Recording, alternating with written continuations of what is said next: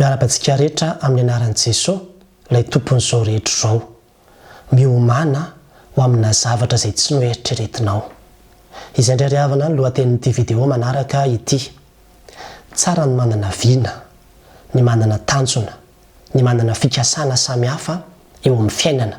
Fa zao aza ferana amin'io zavatra izay noeritreretinao io mihitsy ny fitondran'Andriamanitra ny fiainanao.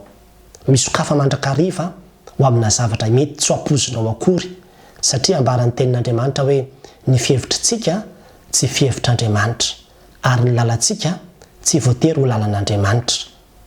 Ka ny dikan'izany dia izao eo amin'ny fiainantsika mety hisy ny surprise dia aza taitra mihitsy hoe tô zao ny nangatahako tô tia ny tonga tsy ampozinao fa mety ho iny mihitsy no valim-bavaka, iny mihitsy no sitrapon'Andriamanitra eo amin'ny fiainantsika.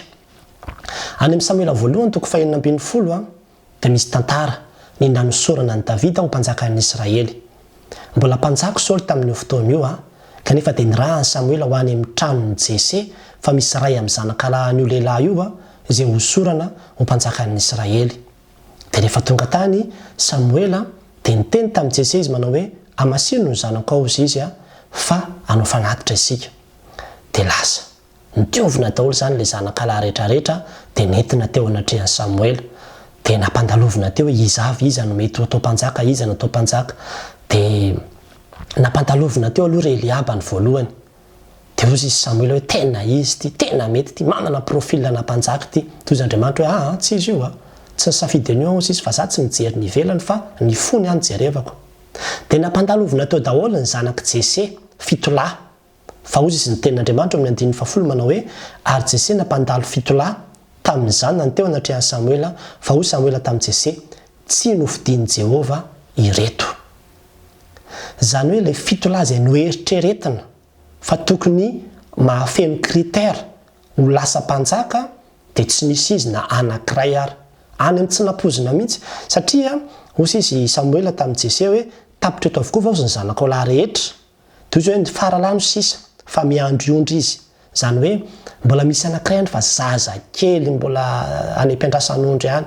Zany hoe tsy nieritreretiny zareo akory hoe ho diovina ho amasinina ho isan'ilay kandida ho amin'izany le hoe mpanjaka zany mihitsy i Davida. Toy Samuela ampanatsowy ety hozy izy. Dia rehefa nampanatsoana dia tonga toy izy Andriamanitra manao hoe io no izy fa hosory io ho mpanjaka. Nefa zany Davida zany raha araka fitenin'ny manampahaizana teolojia zany dia hoe tokotokony ho 10 ka hatramin'ny 12 taona teo eo ny taonan'ny Davida tamin'io fotoana io. Zany tena mbola zazakely izy raha hoe 13 taona zany ohatra. Tena mbola zazakely mihitsy izy tamin'io fotoana io kanefa dia izao izay mihitsy ilay nividian'Andriamanitra any amin'ilay tsy nampozina tsy nieritreretina mihitsy no nitotona ny safidin'Andriamanitra. Ary dia izay no ekena ilay izy dia nosorana izy na dia tsy tany amin'ilay olona noeritreretina raha hoe ahafeno fepetra. Kanefa aveo rehefa nandeha ny fotoana dia hitantsika tsara fa i Davida dia tsy nisy mpanjaka tahaka azy na ny tao alohany na ny tao aorinany fa tena mpanjaka araka ny fon'Andriamanitra. Tena hoe mpanjaka tsara nefa dia tany am-piandohana tsy noeritreretina akory. Ary zany mahatonga ny tenin'Andriamanitra tena manao hoe ny vato izay nilavon'ny mpanao trano no tonga fehizoro. Indraindray anie tena misy an'izany amin'ny fiainantsika. Zavatra izay tsy napozinao tsy noeritreretinao akory fa noraisinao sy nekenao ihany ilay izy aloha tamin'ny voalohany iny mihitsy ny tena fehizoro ny fiainanao. Ary mila misokatra ny amin'izany tsika fa aza terena ho amin'izay zavatra masaka ao anatin'ny sainao ny programan'Andriamanitra amin'ny fiainanao fa ekeo foana aloha izay omeny anao eo sy izay hitariany anao anatin'izany. Ao anatin'izany ny fianarana. Aza tsy dia faharitana hoe niatsy maintsy ohatran'izao. Ao anatin'izany ny vady. Raha mitady vady ianao ka mangataka amin'Andriamanitra aza faharitana amin'izay goanao na kriteranao fa izay omen'Andriamanitra eo dia misokafa mandrakariva amin'ireny zavatra samihafa ireny. Dia tahaka an'izany koa ny asa. Tongotsika dia hoe ny asa ohatran'izao ny tadiaviko dia fa faharitantsika hoe izay ihany zany no heverintsika hoe sitrapon'Andriamanitra eo amin'ny fiainantsika. Tsy voatery fa mety any amin'ilay zavatra tsy noeritreretinao mihitsy rehefa iny nataonao dia tamin'iny ianao nitafakatra tonga amina toerana tsy napozinao mihitsy.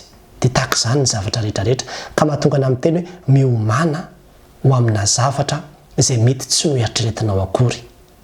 misy tantara anankiray ravana izay amaranako azy tantara marina tovovavy kely anankiray rehefa niditra tany am-pianarana izy tamin'ny andro voalohany izay nandehanany tany am-pianarana tokotokony 5 taona teo tovovavy kely io dia izy mpampianatra taminy manao hoe misy taratasy misy loko isan-karazany ireo mifidiana anankiray amin'ireo izy izy dia soraty ny anaranao dia ozy ilay mpampianatra hoe ny taratasy izay misy loko tianao indrindra ozy izy fidiana dia soraty ny anaranao dia mbola naverina ihany tsy nanao mitsy ilay ankizy vavy kely fa nianahana teo izy jerijery teo izy dia nianahana teo izy dia naverina mpianatra any hoe misafidiana ray amin'ireo taratasy ireo izay taratasy samihafa zany le couleur dia hoe izay loko préféré anao amin'ireo dia vidio dia soraty ny anaranao dia tena tsy nietsika mihitsy ilay tovovavy kely dia tsy hitan'ilay mpampianatra izay natao hoe tsy mahay manoratra angamba ny ankizy ty sa misy problème sao aloha ampanatsoana mihitsy ny ray aman-dreny dia rehefa nanontaniana ny ray aman-dreny hoe fa maninona ilay zaza tsy hitanay mihitsy izay anaovana azy tsy mety manao inona mihitsy fa bloqué midongy be fotsiny ao izy dia nanontaniana izy tany an-trano hoe ianao mahay manoratra tsara mahay manoratra ny anaranao anao fa maninona ianao tsy nanoratra ny anaranao inona ny olana dia tsotra fotsiny navalilay ankizy taminy rehefa tany an-trano manao hoe ka tsy nisy ny couleur préféré ako mavokely anie tamin'ilay taratasy teo ry mamy izay ny valiny zany hoe ny ferany hoe mavokely zany ny tediavitra dia ilay mavokely ihany ny tediavitra ka rehefa tsisy mavokely teo dia tsy nanao izy lasa ohatrany hoe bloqué izy bedy izy ary zany mihitsy nytsika misy zavatra be dehibe izay efa aroson'Andriamanitra ao anoloantsika eo fa misy zavatra tadiavintsika ao anatin'ny saintsika ao izay le indraindray nofinofy ao anatin'ny saintsika ao le izy dia izay no tadiavintsika dia le zavatra efa omen'Andriamanitra ao tsy haintsika ntsony no misafidy sy mandray an'le izy nefa efa amin'ireo mihitsy no asian'Andriamanitra hisafidiananao fa ianao potehan'ilay nofinofy any anatin'ny sainao any fotsiny koa indraindray hoe any ity ihany dia rehefa tsy ity dia izaho tsy manao mihitsy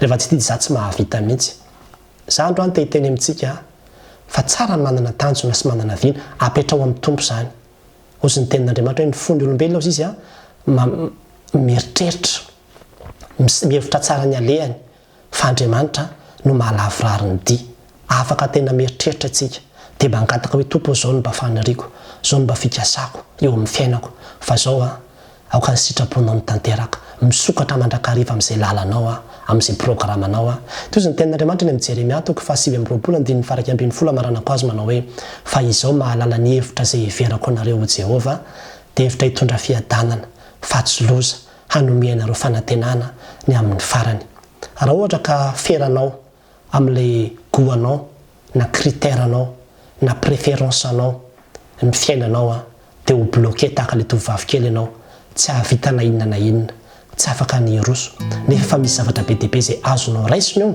anoratana ny anaranao soraty ny tantaranao dia mandrosoa amin'izay taratasy efa petrak'Andriamanitra eo anoloanao eo dia mirary soa ry havana ho an'Andriamanitra irery ihany ny voninahitra amen.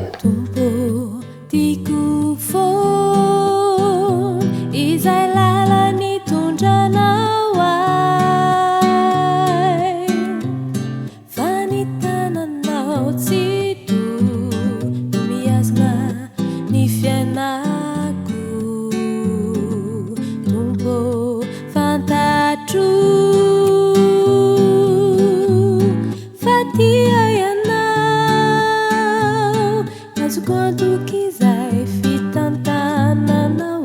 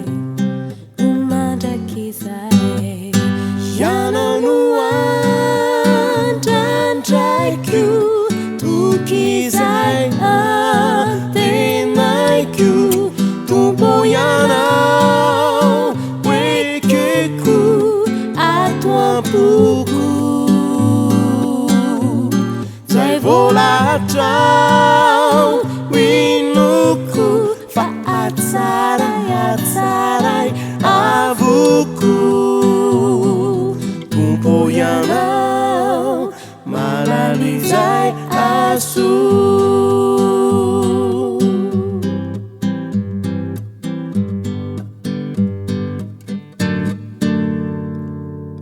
Tumpo ianao ihany no mpandatra ny eto an-tany, manefisao rehetrizao arak'izay voatendrinao. Tumpo tanterao zay sitraponao, azoko antoky izay fitantananao ay, no mandrakizay. Ianao no andrandraiko, toky izay antenaiko. Tumpo ianao ekeko ato am-poko, zay volatrao winoko fa hatsaray avoko. Tumpo ianao mahalala izay aso. Ianao no andrandraiko, toky izay antenaiko. Tumpo ianao ekeko ato am-poko, zay volatrao winoko fa hatsaray avoko. Tumpo ianao mahalala izay aso.